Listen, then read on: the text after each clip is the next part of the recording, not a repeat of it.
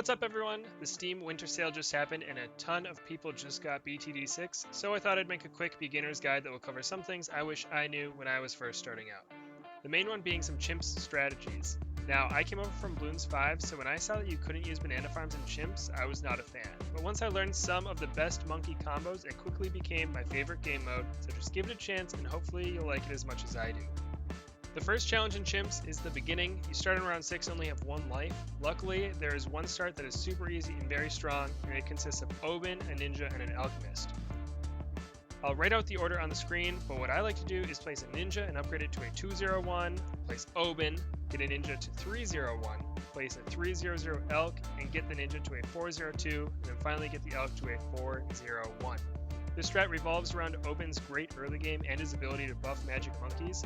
It can clear all the way through round 40 on most beginner and intermediate maps, while also being able to scale into the late game, especially if you are going for a magic monkey strat. The start is so good that it is widely used in almost every game mode and sets a good foundation for getting through round 100.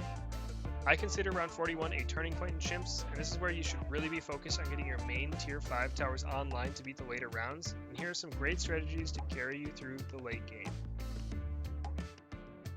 The first strategy is the Avatar of Wrath. This is where you go 1-0-1-5 Druid that is buffed by 5-0-1-4 Druids, Hbomb, an Alchemist, and a Monkey Village. All of these buffs stack on this Druid, causing it to be one of the best towers in the game.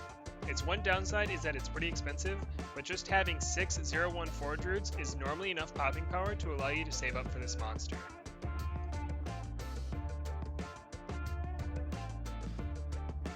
The next strategy is a 5-0-2 ninja buffed by Hbomb and a bunch of 0-3-0 ninjas. Each shinobi ninja buffs the Grandmaster a little bit, but once you get up to 10 plus buffs, the Grandmaster becomes a balloon popping machine. In order to save up for the Grandmaster, I normally have 1 4-0-2 ninja and 10 0-3-0 ninjas. This normally gives me enough popping power to last until I can afford the 5-0-2 ninja upgrade, and then I spam 0-3-0 ninjas until it is affected by 20 shinobis, giving it an incredible amount of pierce and attack speed. Next up is a sub-commander strategy. This is where you place one 205 sub and a bunch of 204 subs all around it. The sub-commander buffs all of the other subs, making them a force to be reckoned with. This one is very affordable, and I normally get the sub-commander around round 63. I do this by going 2 subs, getting both of them to 204s, and then getting one of them to the 205 commander. The only downside to this one is that the subs need water to be placed. The next strat is the Apache Prime, and it is a very hands-off strategy as it is very expensive. But its early upgrades are good enough to carry you until you can afford the tier 5 upgrade. One thing about this guy is that you can leave him on pursuit mode, but manually flying him around and making sure his darts are utilizing their full pierce potential is almost always better.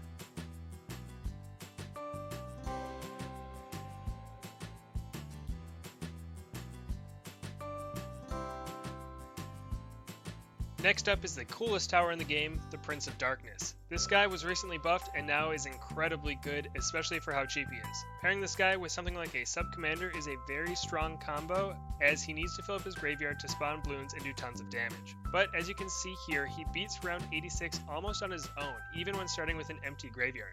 A general rule for this guy is to go a 0-2-5 Prince, unless there are a bunch of obstacles for him to shoot over, then you should go a 2-0-5 Prince. The final super common strategy that I use a lot is the Permaspike Factory. This is usually paired with one of the other tier 5 towers I mentioned earlier, but is good enough to have its own spot on my list. This guy makes a wall at the end of the track, picking off any balloons that get through. Pair this guy with a 4-0-1 Elk and a 0-4-0 Engineer for the best results, and the hero I like to use with it is Pat Fusty, as he delays balloons getting to the end of the track, giving it more time to lay down some spikes. Always path this guy as a 0-2-5 unless you cannot give it elk or village buffs, as the top path allows it to pop lead balloons. All of these strategies I listed will need some support if you're going to get through round 100. You get over $45,000 for rounds 90 through 100, allowing you to afford plenty of support towers to pair with these earlier strategies. The first support tower that I'm going to talk about is a 0-2-5 Ice Monkey. This guy's the most expensive one that I'll talk about, but it brings mob class balloons to a screeching halt. Make sure he's affected by a 2-3-0 village and is set to strong, and he will make DDTs irrelevant. Next up is a 0-1-3 Glue Gunner. Just like the Ice Monkey, this guy should be affected by a 2-3-0 village and be set to strong. The 0-1-3 Glue Gunner is a much cheaper alternative to the Ice Monkey I just showed you, but it is much less effective.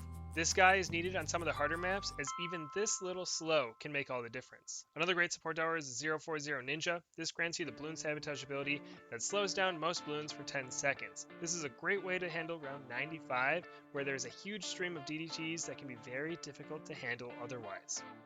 Next up is the 4-0-0 Sniper set to strong. This guy will mini-stun any MOAB class balloon that it's shooting at.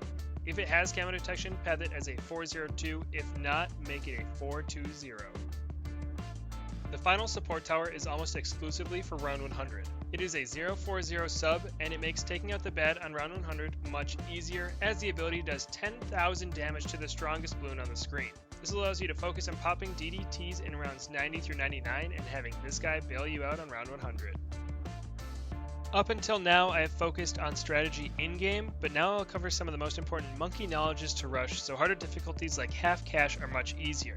The 6 main monkey knowledges you should rush are the Mana Shield, a free Dart Monkey, extra starting cash, hero knowledge, Bloon Sabotage, and 2/3 price on your first military monkey. I'll show you where these knowledges are in the trees, but as you can see, most of them are pretty far down. If you are lower level, I strongly recommend doing some achievements, as many of them offer monkey knowledge points as a reward. Or you can always grind Infernal on Deflation if you have that unlocked. That is a super easy way to get experience very quickly, and I'll link my video on how to do that.